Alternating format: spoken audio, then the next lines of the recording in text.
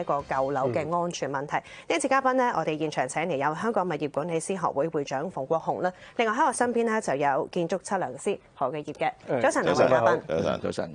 嗱，不如我哋先同家庭觀眾咧簡單介紹下，其實呢一個強制驗樓計劃係點啦，都管理住而家嘅物業噶嘛。嗱，30年以上嘅私人樓宇咧，都係有機會收到屋宇署發出嘅法定通知嘅，需要咧就喺指定時間入邊咧就委任檢驗人員去到檢驗。但係我哋望翻啲數據咧，原來現時呢啲樓宇咧，無論係強制驗樓或者冇遵辦到呢個僭建物清拆令或者係消防指示等等，數目都越嚟越多。單係呢個未遵辦清拆令嘅檢控個案咧，2021年190零宗，去到23年已經220幾宗，個數案按年都有增幅喺度。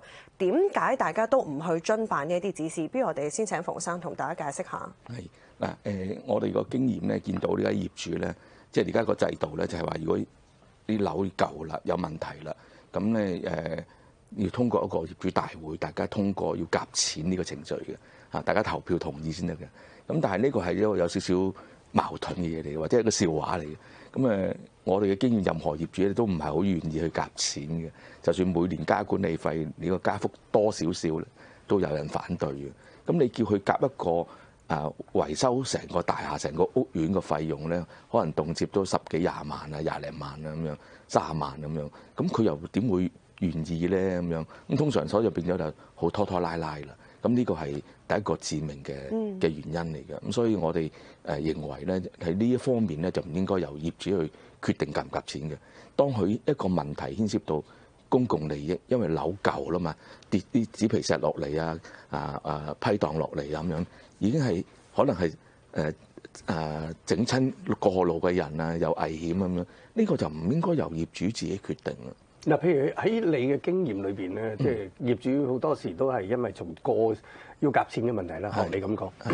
喺過去咁多年，你所見到嘅就係個比率係幾多咧？即係不情不願到最冧都肯夾嘅，到最冧尾即係一般嚟計嗰個比率係幾高？嗱，我個經驗咧就當然冇數字喺度嘅，咁但係我哋咧就大部分業主都唔願意嘅。咁當年最後咧，如果嗰個譬如管理費咁，如果每年加幅2-3%咁，嗰啲嘅通常就比較易搞啦。但係你要集資，除非真係已經殺到最後啦，政府真係要嚟行動啦，咁如果唔係通常都係難嘅，係比較難嘅。即係我哋自己從業員，日頭係物業管理從業員，啲業主都唔係好明白嘅。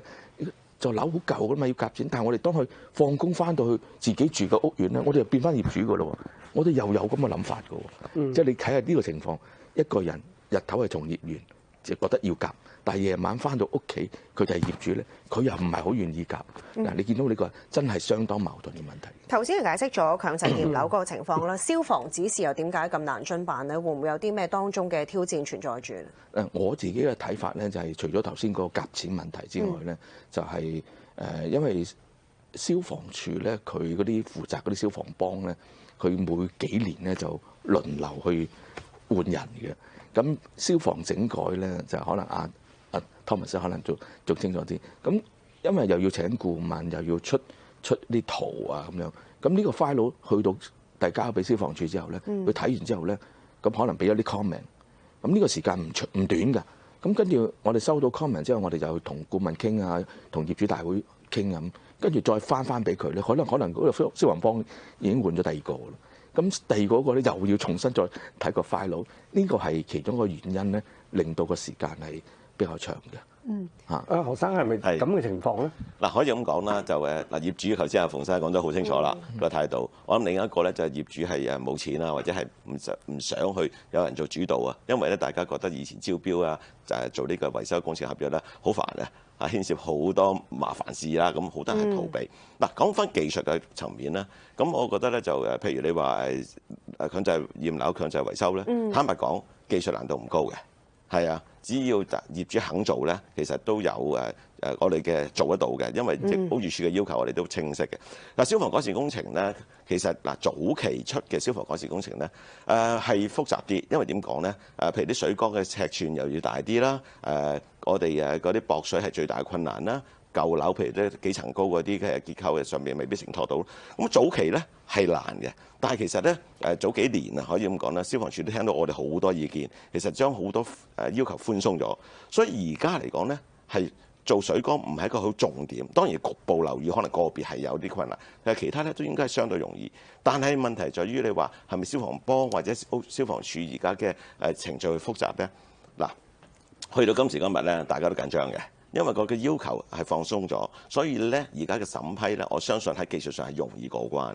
咁至於我又有另一個感覺喎，其實消防處咧而家仲積極嘅喎，佢哋消防官咧，其實佢哋嘅時限控制咧，仲比可能其他部門咧就係仲快嘅喎。咁我覺得而家咧，大家都睇到個重要性。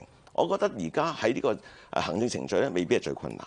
我仍然覺得係因為業主本身個積極性係作為一個最大嘅障礙。咁呢個業主冇錢咧，所以我哋要諗方法令到佢一定係有錢儲喺度先。係啊，仲有另一個就係唔做有咩後果嗱？呢個後果係好重要啦。學生嗱，頭先你都提到話咧，其實業主唔想做嗰個意欲啊，即係好低啦，大家都唔係咁有主動性，想去主動去強制驗樓啦。但我哋望翻其實今次華豐大廈之前都話有 call 過價嘅，就話要大約3000萬啊，比起政府估算1000萬嘅維修費用咧，多咗3倍出嚟啦。其實你點評估呢個咪就係最大嘅因素，令到大家卻步咗唔想做咧？3000萬其實又合唔合理？大家應該用啲咩準則去到評估？嗱，首先我都想去回應下先嘅。其實政府冇評估過嗰個價錢嘅。政府出通知要你去做呢個消防改善啫。可能業主佢可能通過市建局，佢又可能有啲嘅消防改善嘅資助，可能通過呢個渠道去攞過一啲嘅參考價。嗱，但係坦白講，你未去到有個顧問喺度，未評估過成個系統要點改咧，你嗰個參考價可能都唔係好現實。嗱，所以我覺得咧，真實佢哋應該有個顧問喺度做個初步評估。咁而其實重點，佢攞嗰3000萬嘅報價，可能係唔係顧問公司㗎，可能係啲承建商報價都未定。